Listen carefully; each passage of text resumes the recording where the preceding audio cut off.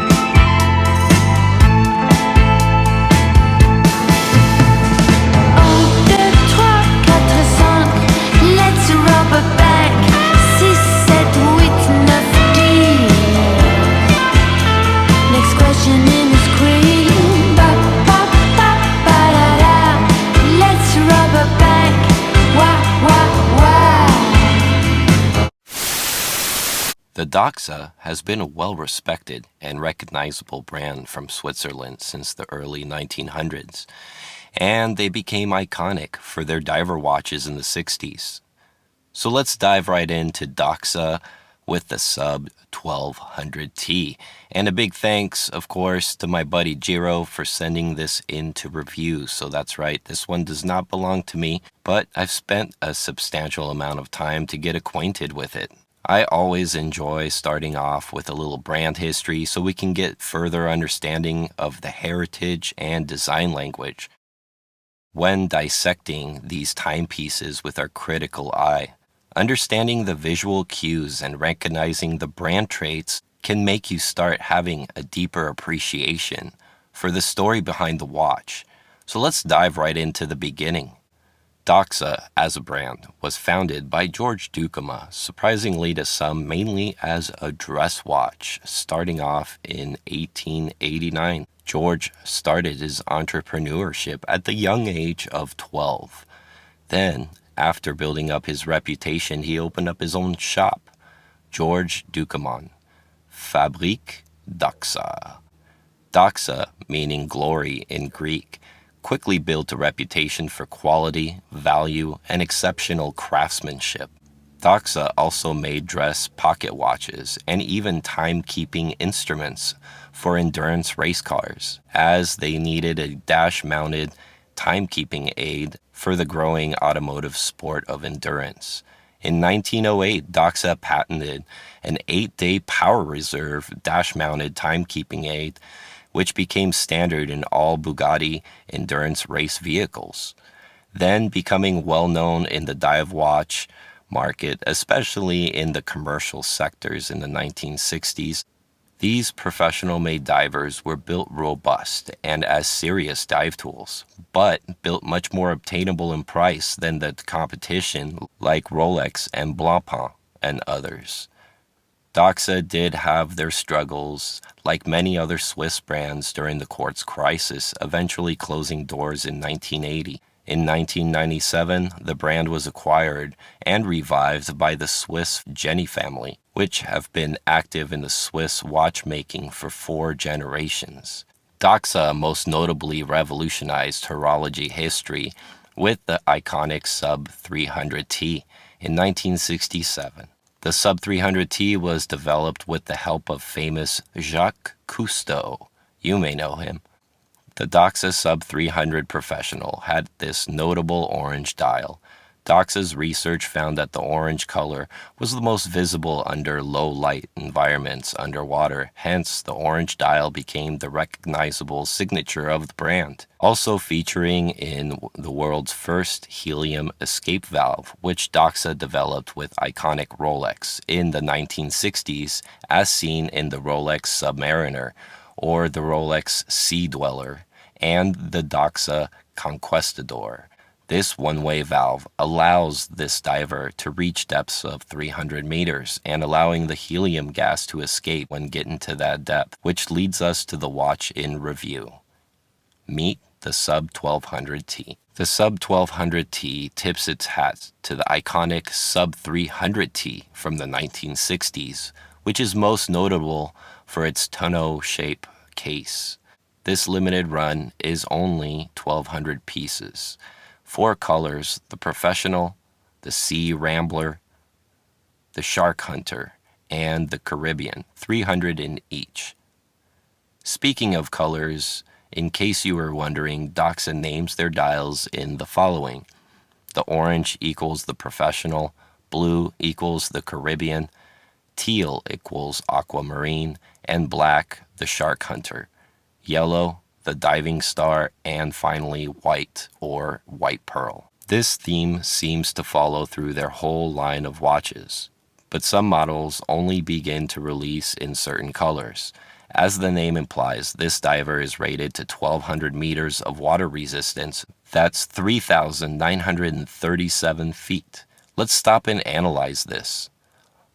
Let's look at 100 meters, or 328 feet below. Here's what you might see, probably deeper than you might have thought.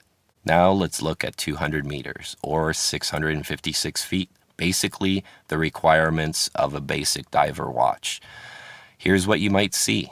And now we're looking at 284 pounds of pressure.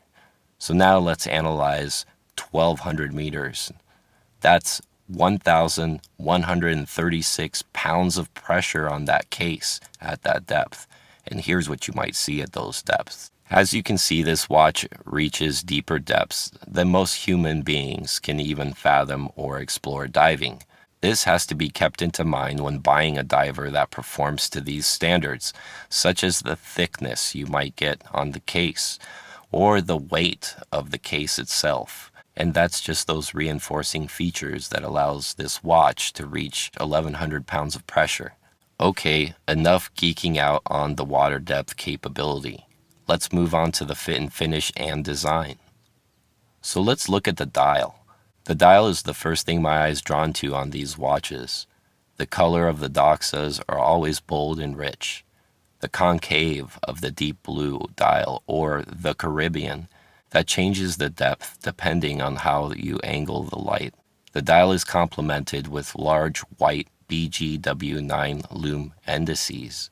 The 3 o'clock date cutout is precisely cut the same size as the markers found at the 6, 9, and 12 o'clock. This is exceptional symmetry, and it is very pleasing to the eye.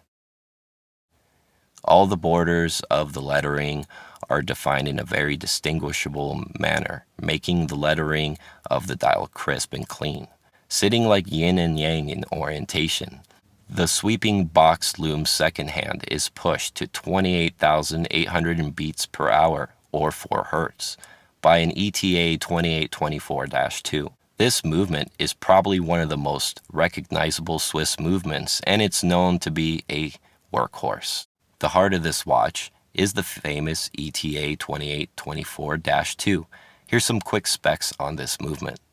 It can be found in various watches and also became so popular that it became replicated. The famous Sellita SW200-1, the Val 24, and there's others, and I think it's a great platform for this price range. Let's see this watch on the time graph.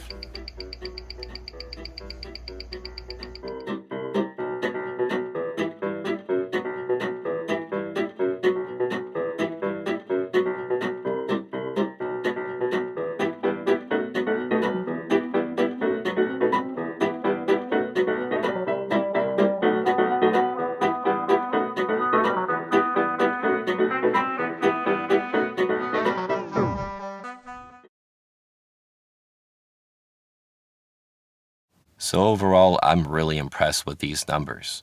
The heart of the watch is the movement, and this one definitely has the heart of an endurance athlete. The real emphasis on the dial is the large seconds hand with the extra applied lume, getting extra visibility on those dive times.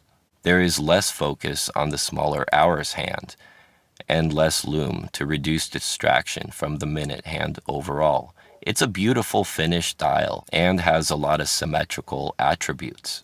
I have to hand it to Doxa. The bezel action is to my preference above most any diver I've ever handled. And let's have a listen.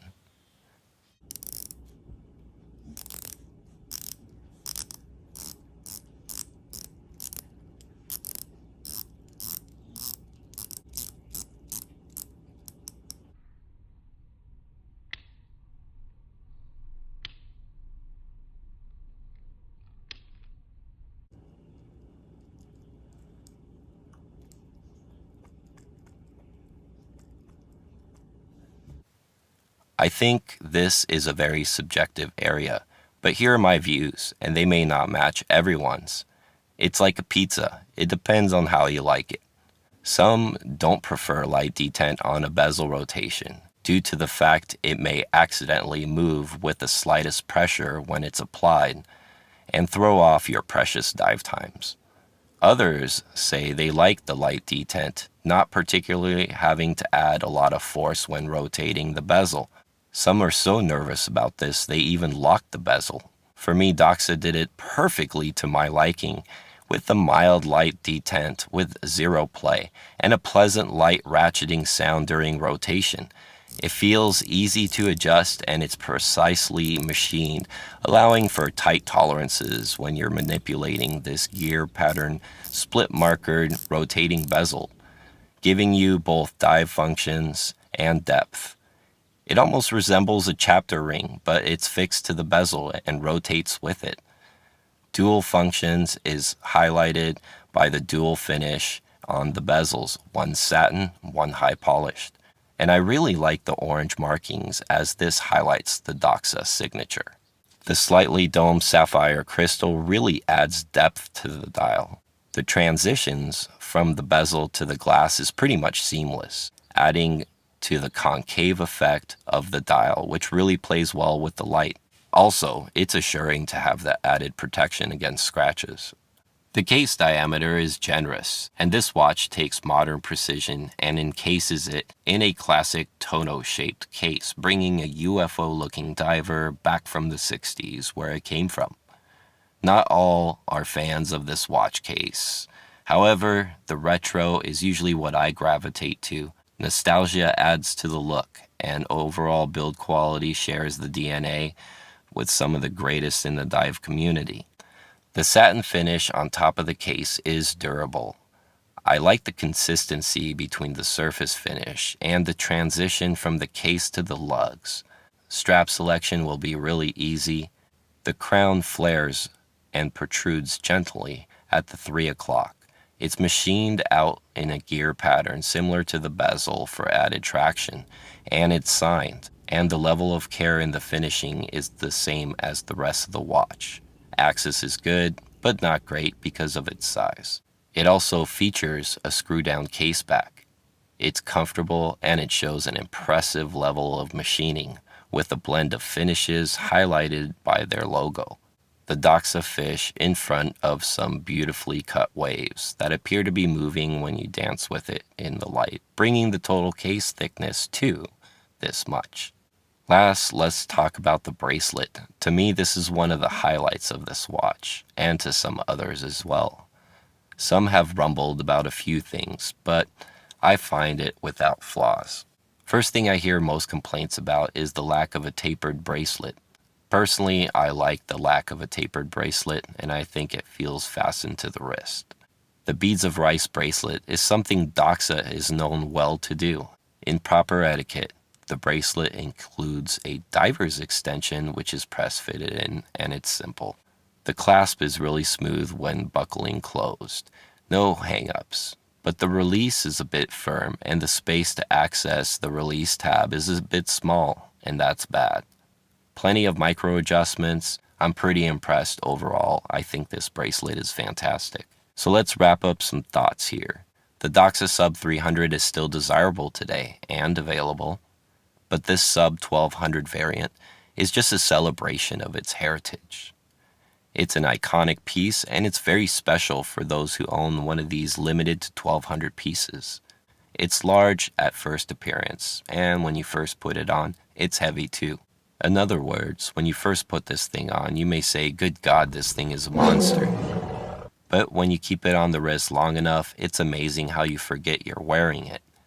I could wear one of these daily and be fine with that. Overall, it's amazing, and I definitely enjoyed it. Another big thanks to Jiro for his contribution to my channel.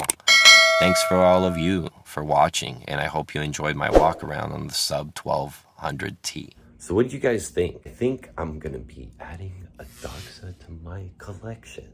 Yeah, I really like that watch. It is absolutely incredible how nice it wears when you just carry it around every day. Regardless of the weight, the thickness, and the size, it just wears so nicely. Yeah, I could see a Sub 300T in my future. Anyways, hope you guys like this video. Go check out Doxa. They have tons of other wonderful watches out there, and we'll see you all on the next one.